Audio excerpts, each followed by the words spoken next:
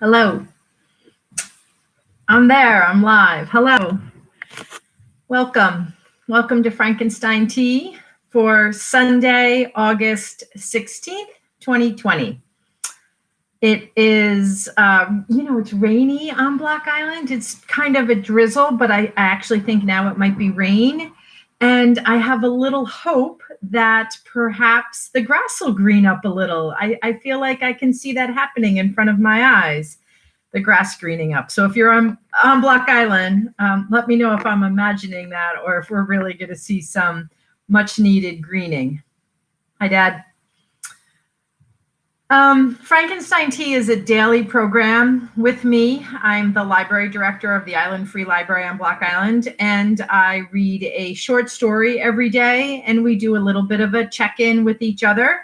It has been a way for us to stay connected during, or was a way for us to stay connected during shelter in place and continue to stay connected during the summer of 2020. And it will continue to be something that I do through the library for some time. We understand together now. We're all understanding that this is going to be new rules and regulations and protocols and safety procedures that we live with for some time. And so this idea of hybrid library program, I started to embrace it a few months ago, and it's starting to become a more formal picture in my mind. And this is definitely a part of it. This is, we're the library, we consider ourselves open Tuesday through Saturday. We're outside, the building remains closed, but we're open out front of the library with library services. And, so there's some open and there's some virtual. So this is the idea of hybrid. And this program will continue in that sense. And so when it began, that was March. I think it was like March 24th. I recently had to look that date up. We're doing our annual report. And I knew I wanted to do it, and I knew I wanted to do it often because that was major shelter in place and Block Island and winter, and I hadn't seen my family and my friends, and that was all new to us, but it was like shelter in place in March on Block Island. That was quite a time. So I wanted to start reaching out to people and checking in on people and seeing, how everyone was doing out there. Even though it's a one-way conversation, I still felt it was an important one, and I still do today. So I knew I wanted to do it often. I was thinking of doing it every day, just check in with you and read you a short story. And that's what it turned into. And when I was preparing to launch this program and thinking about those things, I gathered up a bunch of stories. I went onto the bookshelves of the library. I went into my own collection of books. I gathered things off the internet. I read about classic short stories and permissible reads. And that's a whole nother intro that I give. You'll have to find that another day. I'm not doing that one today. But I came across this story several times right in the beginning. So again, let's repeat that. This is March. This is shelter in place.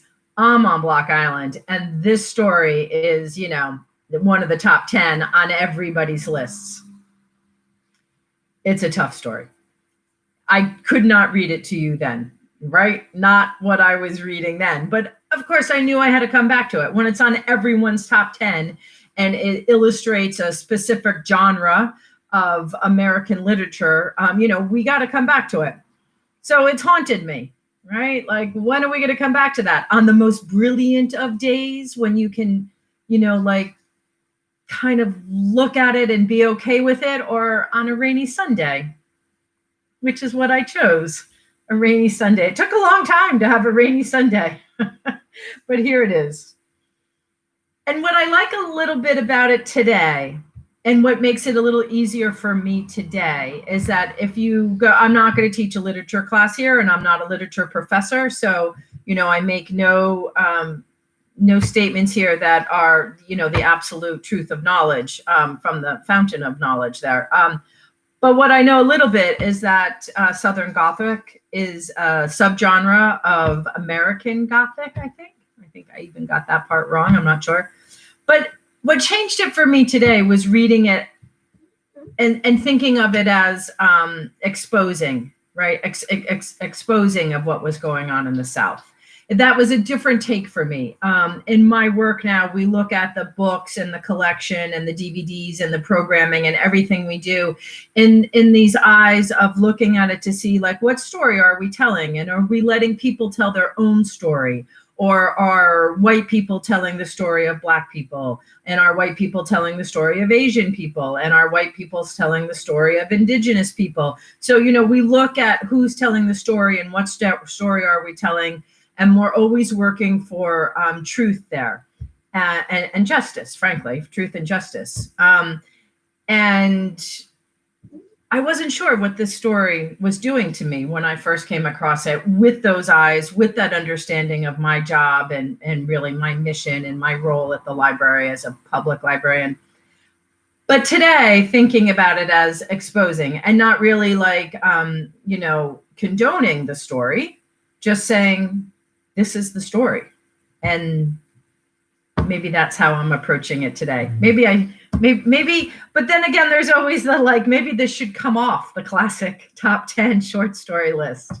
I don't know. Maybe it needs to come off. Maybe we need to stop reading this story. You can decide.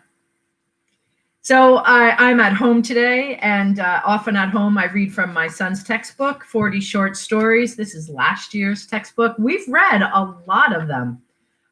This is 40 Short Stories, a portable anthology. It is the 5th edition, edited by Beverly Lawn. And we've read a ton of these stories, but again, I printed this one off and read it, but it was always in this book. So this book is the home book. So that's kind of why I picked a Sunday and why we're at it today. So let me have a sip of tea.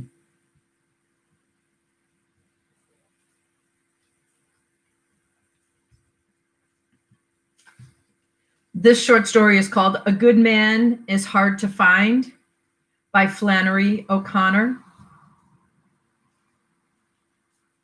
The dragon is by the side of the road, watching those who pass. Beware lest he devour you.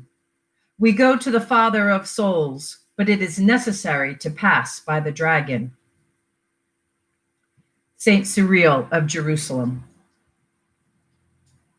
The grandmother didn't want to go to Florida. She wanted to visit some of her connections in East Tennessee, and she was seizing at every chance to change Bailey's mind. Bailey was the son she lived with, her only boy. He was sitting on the edge of his chair at the table, bent over the orange sports section of the journal. Now look here, Bailey, she said. See here, read this. And she stood with one hand on her thin lip and the other rattling the newspaper at his bald head. Here, this fellow that calls himself the Misfit is a loose from the federal pen and headed toward Florida. And you read here what it says he did to these people. Just you read it. I wouldn't take my children in any direction with a criminal like that, a loose in it. I couldn't answer to my conscience if I did.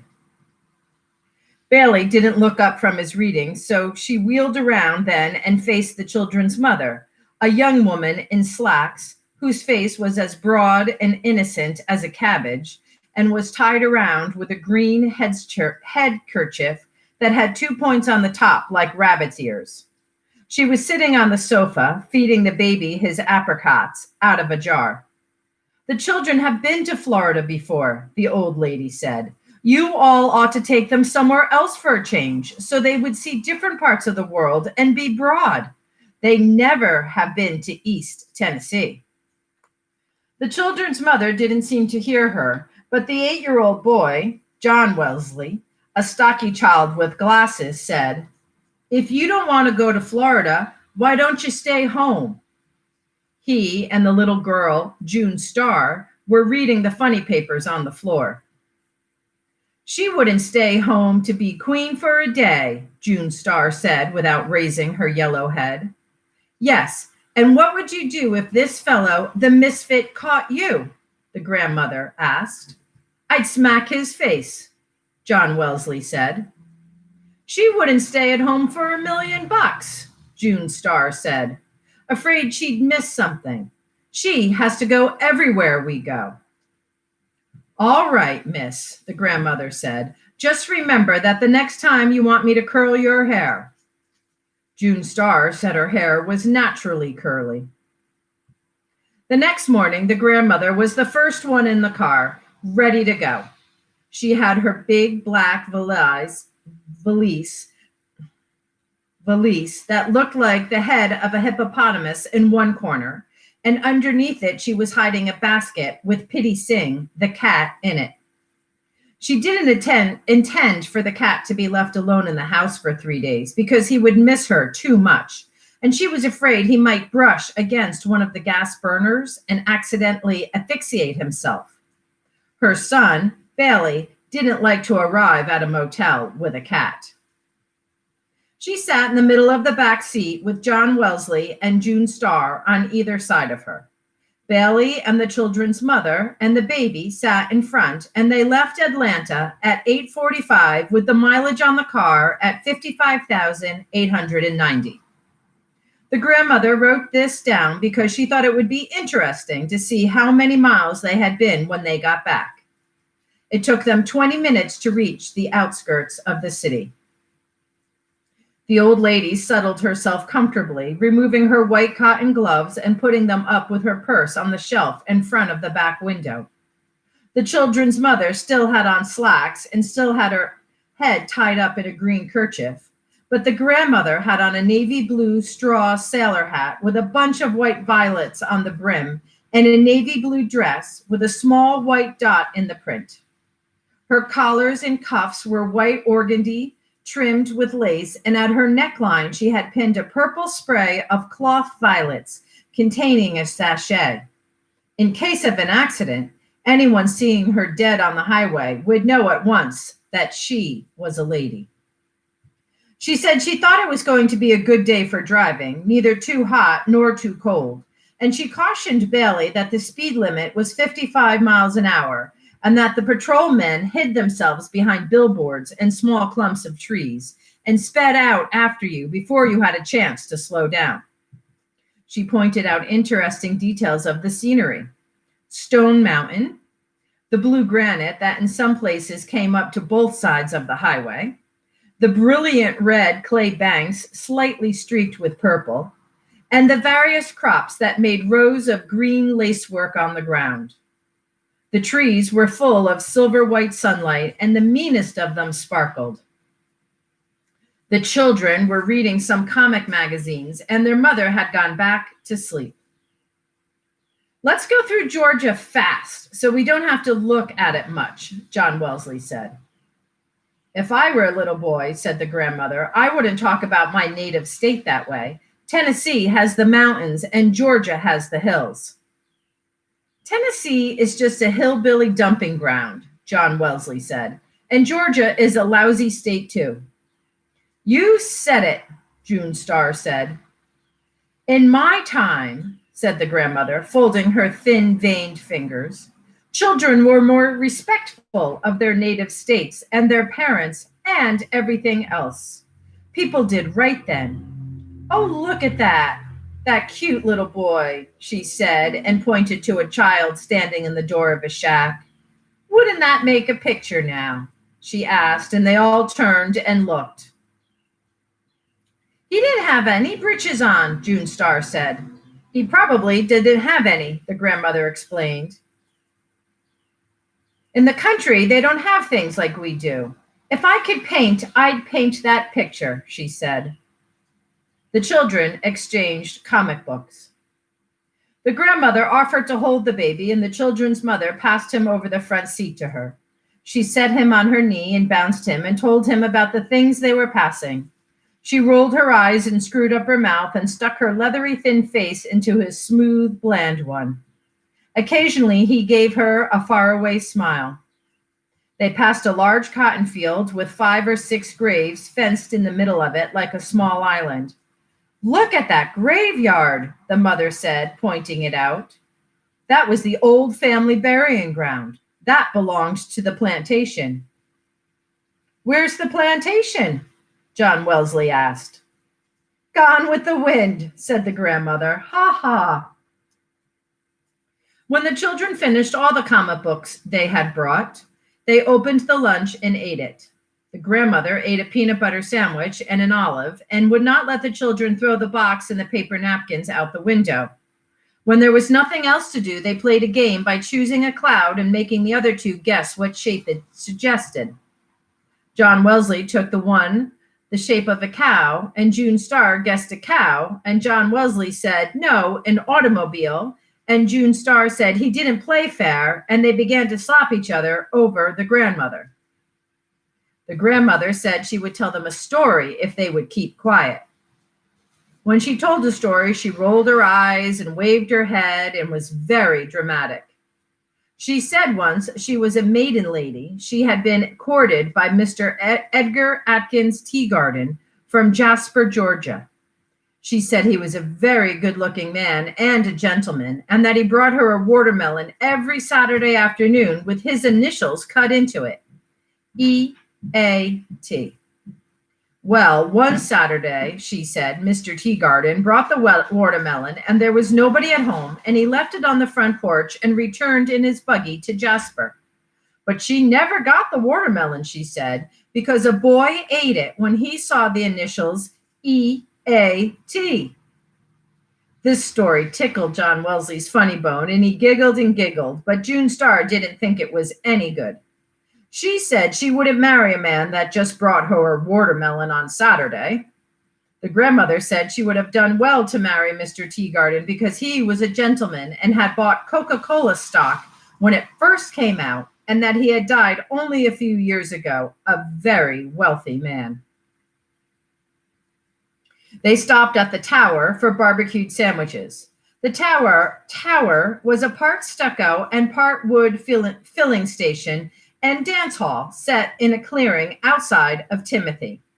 A fat man named Red Sammy Butts ran it, and there were signs stuck here and there on the building and for miles up and down the highway saying, "Try Red Sammy's famous barbecue.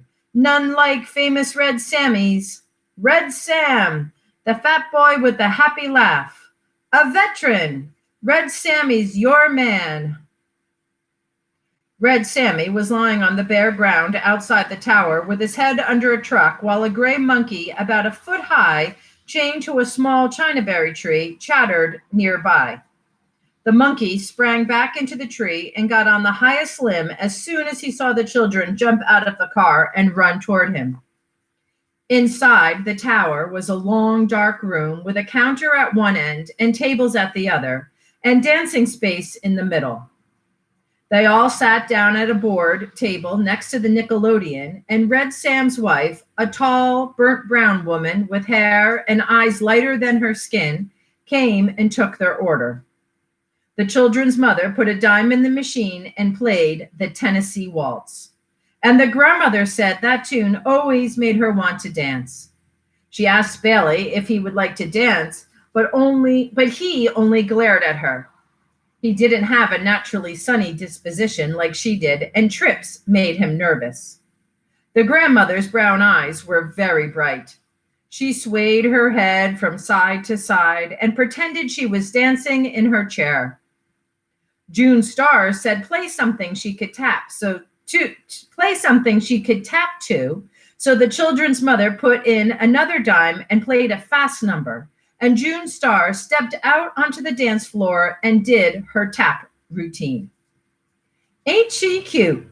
Red Sam's wife said, leaning over the counter. "Would you like to come be my little girl?"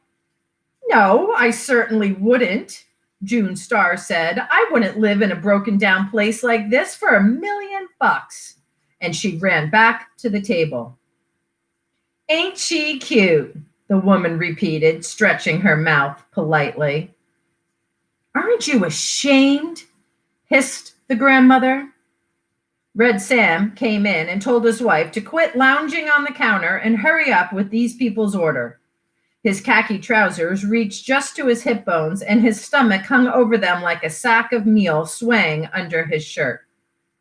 He came over and sat down at a table nearby and let out a combination sigh and yodel. "You can't win." He said, "You can't win." And he wiped his sweating red face off with a gray handkerchief. "These days, you don't know who to trust," he said. "Ain't that the truth?" "People are certainly not nice like they used to be," said the grandmother. "Two fellers came in here last week," Red Sammy said, "driving a Chrysler. It was old, beat-up car, but it was a good one. And these boys looked all right to me. Said they worked at the mill, and I let them fellers charge the gas they bought. Now, why did I do that?" "Because you're a good man," the grandmother said at once. "Yes, I suppose so," Red Sam said, as if he were struck with this answer. His wife brought the orders, carrying the 5 plates all at once without a tray, 2 in each hand and 1 balanced on her arm. "It isn't a soul in this green world of God's that you can trust," she said. "And I don't count nobody out of that, not nobody," she repeated, looking at Red Sammy. "Did you read about that criminal, the misfit that escaped?" asked the grandmother. "I wouldn't be a bit surprised if he didn't attack this place right here," said the woman. "If he hears about it being here, I wouldn't be none surprised to see him. If he hears it's 2 cents in the cash register, I wouldn't be at all surprised if he—" "That'll do," Red Sam said. "Go bring these people their Coca-Colas." And the woman went off to get the rest of the order. "A good man is hard to find," Red Sammy said. "Everything is getting terrible. I remember the day you could go off and leave your screen door unlatched. Not no more." He and the grandmother discussed better times. The old lady said that in her opinion, Europe was entirely to blame for the way things were now. She said the way Europe acted, you would think we were made of money, and Red Sam said it was no use talking about it. She was exactly right. The children ran outside into the white sunlight and looked at the monkey in the lacy chinaberry tree. He was busy catching fleas on himself and biting each one carefully between his teeth as if it were a delicacy. They drove off again into the hot afternoon. The grandmother took cat naps and woke up every few minutes with her own snoring. Outside of Toomsboro, she woke up and recalled an old plantation that she had visited in this neighborhood once when she was a young lady.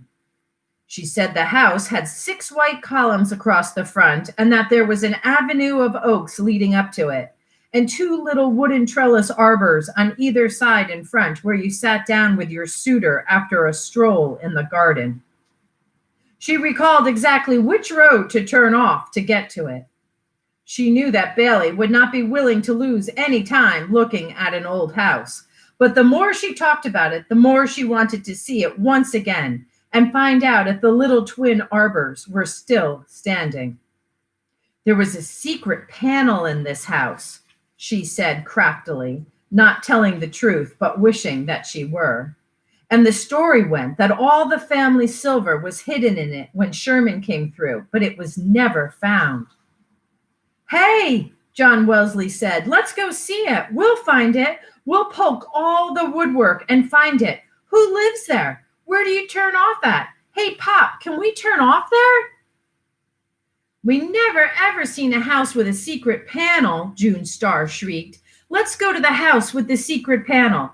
Hey, Pop, can't we go see the house with the secret panel?" "It's not far from here, I know," the grandmother said. "It wouldn't take over 20 minutes. Bailey was looking straight ahead. His jaw was as rigid as a horseshoe. "No," he said. The children began to yell and scream that they wanted to see the house with the secret panel. John Wellesley kicked the back of the front seat, and June Starr hung over her mother's shoulder and whined desperately into her ear that they never had any fun, even on their vacation, that they could never do what they wanted to do. The baby began to scream, and John Wellesley kicked the back of the seat so hard that his father could feel the blows in his kidney. "All right," he shouted and drew the car to a stop at the side of the road. "Will you all shut up? Will you all just shut up for 1 second? If you don't shut up, we won't go anywhere. It would be very educational for them, the grandmother murmured. All right, Bailey said, but get this.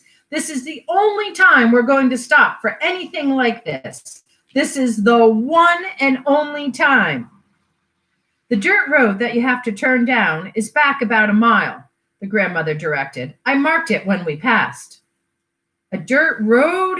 Bailey groaned. After they had turned around and were headed toward the dirt road, the grandmother recalled other points about the house.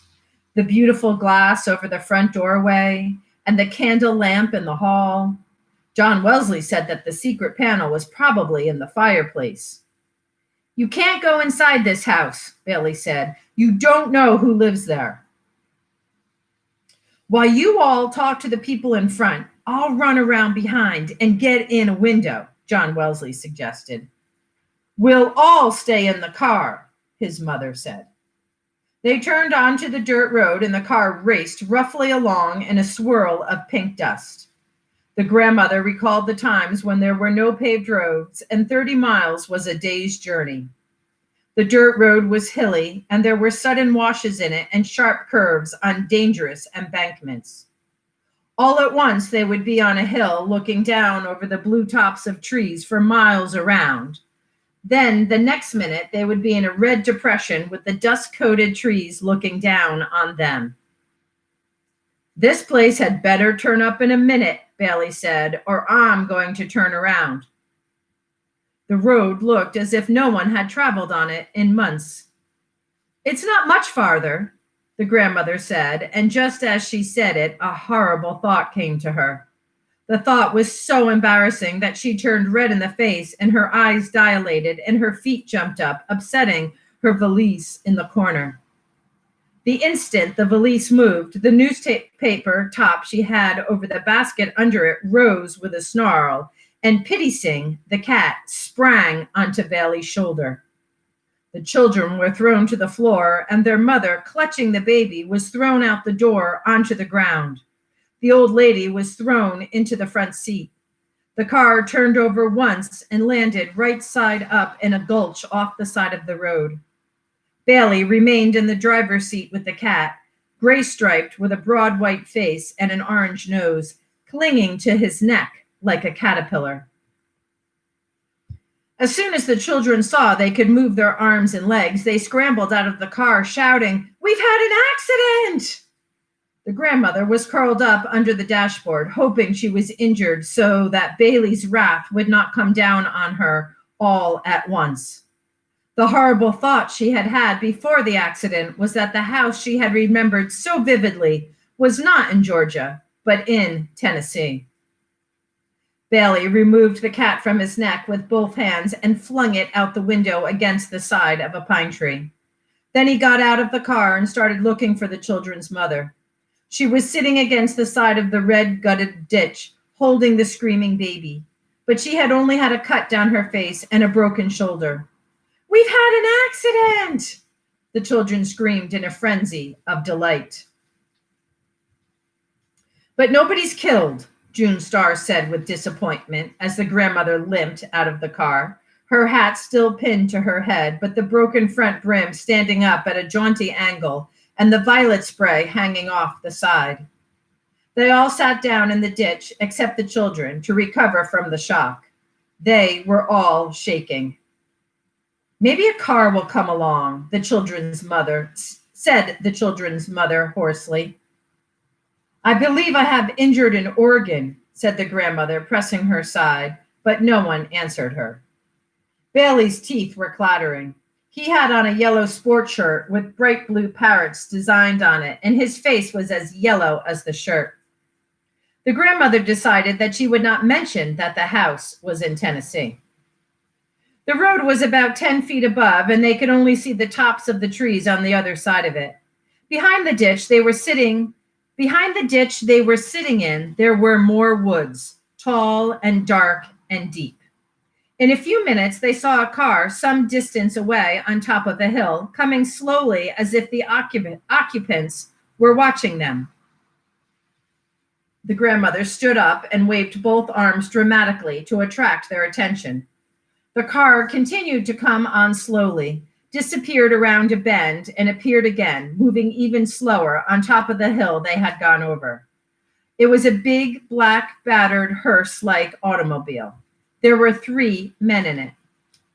It came to a stop just over them, and for some minutes the driver looked down with a steady, expressionless gaze to where they were sitting and didn't speak. Then he turned his head and muttered something to the other 2, and they got out. One was a fat boy in black trousers and a red sweatshirt with a silver stallion embossed on the front of it. He moved around on the right side of them and stood staring, his mouth partly open in a kind of loose grin. The other had on khaki pants and a blue striped coat and a gray hat pulled very low, hiding most of his face. He came around slowly on the left side. Neither spoke. The driver got out of the car and stood by the side of it, looking down at them. He was an older man than the other 2. His hair was just beginning to gray, and he wore silver-rimmed spectacles that gave him a scholarly look. He had a long, creased face and didn't have on any shirt or undershirt. He had on blue jeans that were too tight for him, and he was holding a black hat and a gun. The 2 boys also had guns. "We've had an accident!" the children screamed. The grandmother had the peculiar feeling that the bespectacled man was someone she knew. His face was as familiar to her as if she had known him all her life, but she could not recall who he was. He moved away from the car and began to come down the embankment, placing his feet carefully so that he wouldn't slip. He had on tan and white shoes and no socks, and his ankles were red and thin. "Good afternoon," he said. "I see you all had a little spill." "We turned over twice," said the grandmother.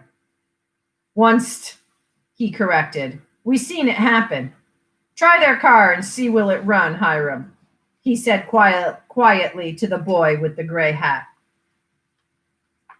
"What you got that gun for?" John Wesley asked. "What you going to do with that gun?"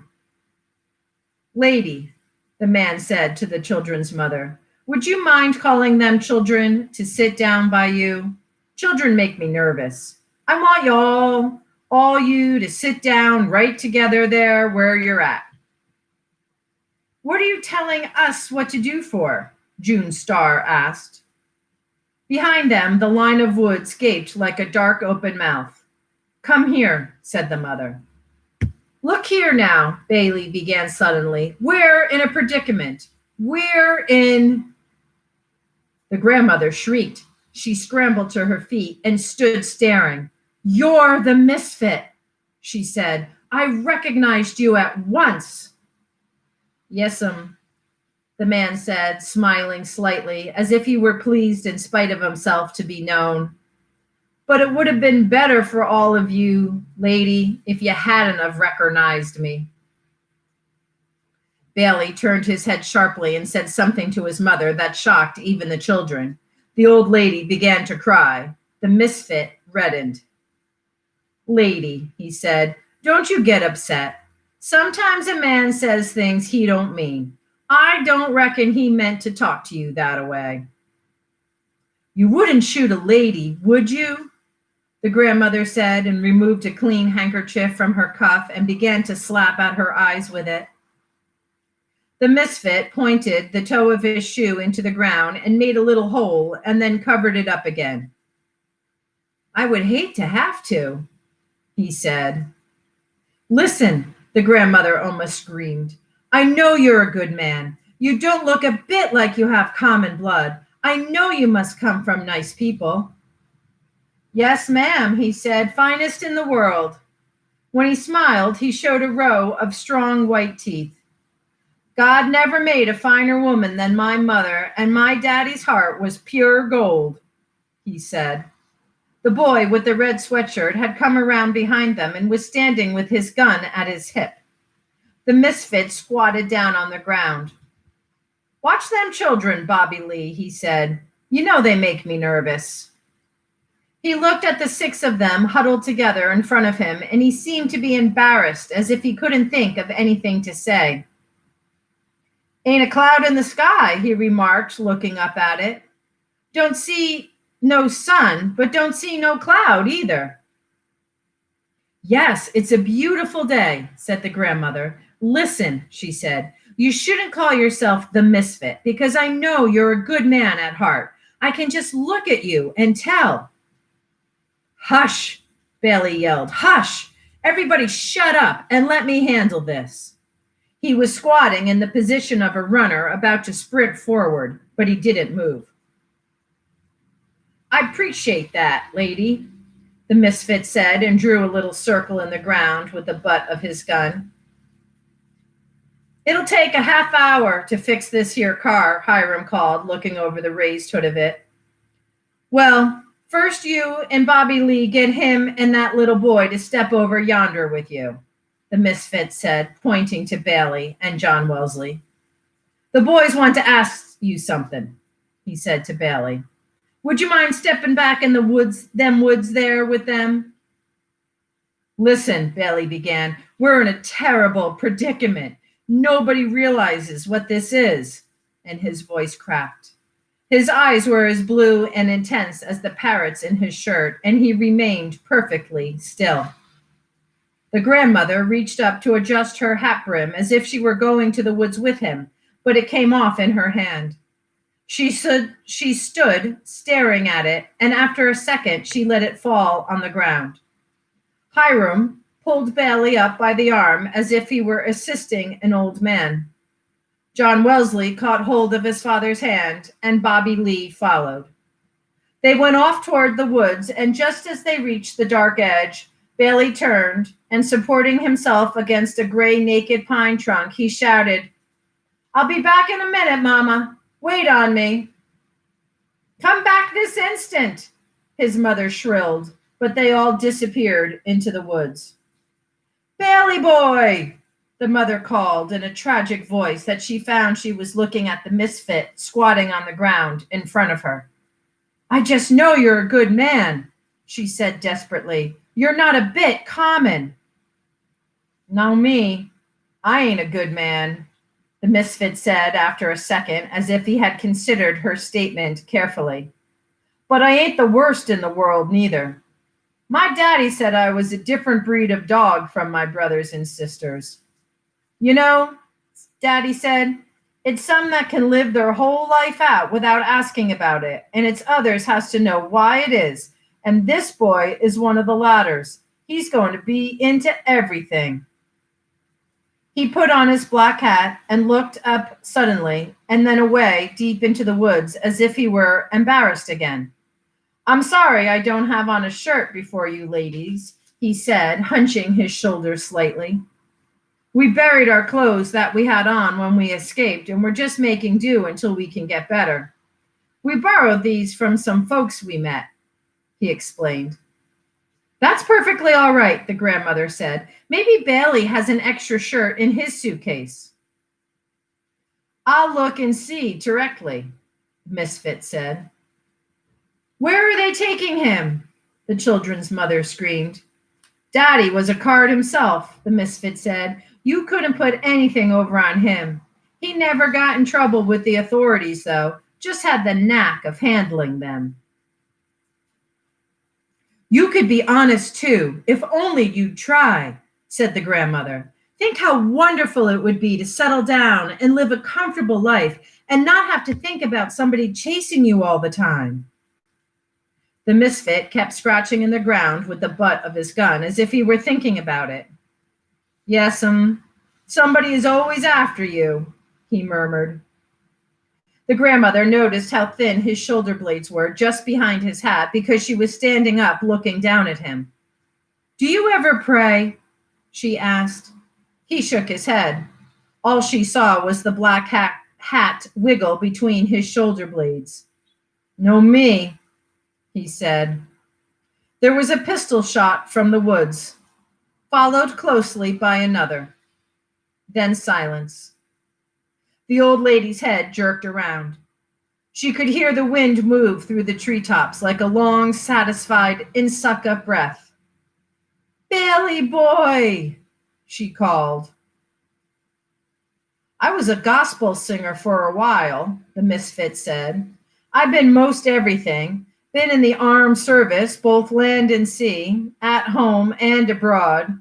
Been married, been an undertaker, been with the railroads, plowed Mother Earth, been in a tornado, seen a man burnt alive once." And he looked up at the children's mother and the little girl who were sitting close together, their faces white and their eyes glassy. "I even seen a woman flogged," he said. "Pray, pray," the grandmother began. "Pray, pray. I never was a bad boy that I remember of," the misfit said in an almost dreamy voice. "But somewheres along the line I done something wrong and got sent to the penitentiary. I was buried alive." And he looked up and held their attention to him by a steady stare. "That's when you should have started to pray," she said. "What did you do to get sent to the penitentiary that first time?" "Turn to the right. It was a wall," the misfit said, looking up again at the cloudless sky. "Turn to the left. It was a wall. Look up. It was a ceiling. Look down. It was a floor. I forgot what I'd done, lady. I sat there, trying to remember what it was I'd done, and I ain't recalled it to this day. Once in a while, I would think it was coming to me, but it never come." "Maybe they put you in by mistake," the old lady said vaguely. "No, me," he said. "It wasn't no mistake. They had the papers on me." "You must have stolen something," she said. The misfit sneered slightly. "Nobody had nothing I wanted," he said. "It was a head doctor at the penitentiary said what I had done was kill my daddy, but I known that for a lie. My daddy died in 1919 of the epidemic flu, and I never had a thing to do with it. He was buried in the Mount Hopewell Baptist churchyard, and you can go there and see for yourself." "If you would pray," the old lady said, "Jesus would help you." "That's right," the misfit said. "Well then, why don't you pray?" she asked, trembling with delight suddenly. "I don't want no help," he said. "I'm doing all right by myself." Bobby Lee and Hiram came ambling back from the woods. Bobby Lee was dragging a yellow shirt with bright blue parrots in it. "Throw me that shirt, Bobby Lee," the misfit said. The shirt came flying at him and landed on his shoulder, and he put it on. The grandmother couldn't name what the shirt reminded her of. "No, lady," the misfit said while he was buttoning it up. "I found out the crime don't matter. You can do one thing or you can do another. Kill a man or take a tire off his car, because sooner or later you're going to forget what it was you done and just be punished for it." The children's mother had begun to make heaving noises as if she couldn't breathe. "Lady," he asked, "would you and that little girl like to step off yonder with Bobby Lee and Hiram and join your husband?" "Yes, thank you," the mother said faintly. Her left arm dangled helplessly, and she was holding the baby who'd gone to sleep in the other. "Hep that lady up, Hiram," the misfit said as she struggled to climb out of the ditch. "And Bobby Lee, you hold on to that little girl's hand." "I don't want to hold hands with him," June Star said. "He reminds me of a pig." The fat boy blushed and laughed and caught her by the arm and pulled her off into the woods after Hiram and her mother. Alone with the misfit, the grandmother found that she had lost her voice. There was not a cloud in the sky, nor any sun. There was nothing around her but woods. She wanted to tell him that he must pray. She opened and closed her mouth several times before anything came out. Finally, she found herself saying, "Jesus, Jesus," meaning Jesus will help you. but the way she was saying it, it sounded as if she might be cursing. Yes'm, the misfit said as if he agreed. Jesus thrown everything off balance. It was the same case with him as with me, except he hadn't committed any crime, and they could prove I had committed one because they had the papers on me. Of course, he said, they never shown me my papers. That's why I sign myself now. I said long ago, you get you a signature and sign everything you do and keep a copy of it. Then you'll know what you've done and you can hold up the crime to the punishment and see do they match, and in the end you'll have something to prove you ain't been treated right. I call myself the misfit, he said, because I can make what all I done wrong fit what all I gone through in punishment. There was a piercing scream from the woods, followed closely by a pistol report. Does it seem right to you, lady, that one is punished a heap and another ain't punished at all? Jesus, the old lady cried. You've got good blood. I know you wouldn't shoot a lady. I know you come from nice people. Pray. Jesus, you ought not to shoot a lady. I'll give you all the money I've got. Lady, the misfit said, looking beyond her far into the woods. There never was a body that gave the undertaker a tip.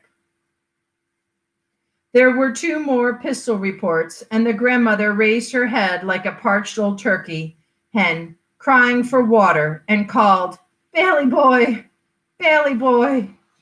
as if her heart would break. Jesus was the only one that ever raised the dead, the misfit continued, and he shouldn't have done it. He thrown everything off balance. If he did what he said, then it's nothing for you to do but throw away everything and follow him. And if he didn't, then it's nothing for you to do but enjoy the few minutes you got left the best you can by killing somebody or burning down his house or doing some other meanness to him. No pleasure, but meanness, he said, and his voice had become almost a snarl. Maybe he didn't raise the dead, the old lady mumbled, not knowing what she was saying and feeling so dizzy that she sank down in the ditch with her legs twisted under her. I wasn't there, so I can't say he didn't, the misfit said. I wished I had been there, he said, hitting the ground with his fist. It ain't right I wasn't there, because if I had been there, I would have known. Listen, lady, he said in a high voice, if I had been there, I would have known, and I wouldn't be like I am now. His voice seemed about to crack, and the grandmother's head cleared for an instant. She saw the man's face twisted close to her own as if he were going to cry, and she murmured, Why, you're one of my babies. You're one of my children. She reached out and touched him on the shoulder. The misfit sprang back as if a snake had bitten him and shot her 3 times through the chest. Then he put his gun down on the ground and took off his glasses and began to clean them. Hiram and Bobby Lee returned from the woods and stood over the ditch, looking down at the grandmother, who half sat and half lay in a puddle of blood with her legs crossed under her like a child's and her face smiling up at the cloudless sky. Without his glasses, the misfit's eyes were red-rimmed and pale and defenseless looking. Take her off and throw her where you thrown the others, he said, picking up the cat that was rubbing itself against his leg. She was a talker, wasn't she? Bobby Lee said, sliding down the ditch with a yodel. She would have been a good woman, the misfit said, if it had been somebody there to shoot her every minute of her life. Some fun, Bobby Lee said. Shut up, Bobby Lee, the misfit said. It's no real pleasure in life.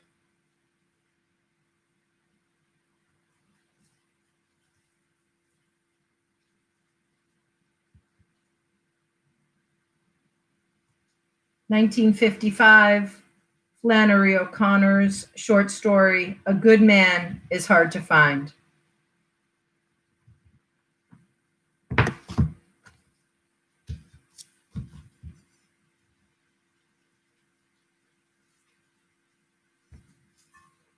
Long short story, my tea got cold. I'm going to go give it a second try, heat it up a little. Enjoy your afternoon. Enjoy the rain.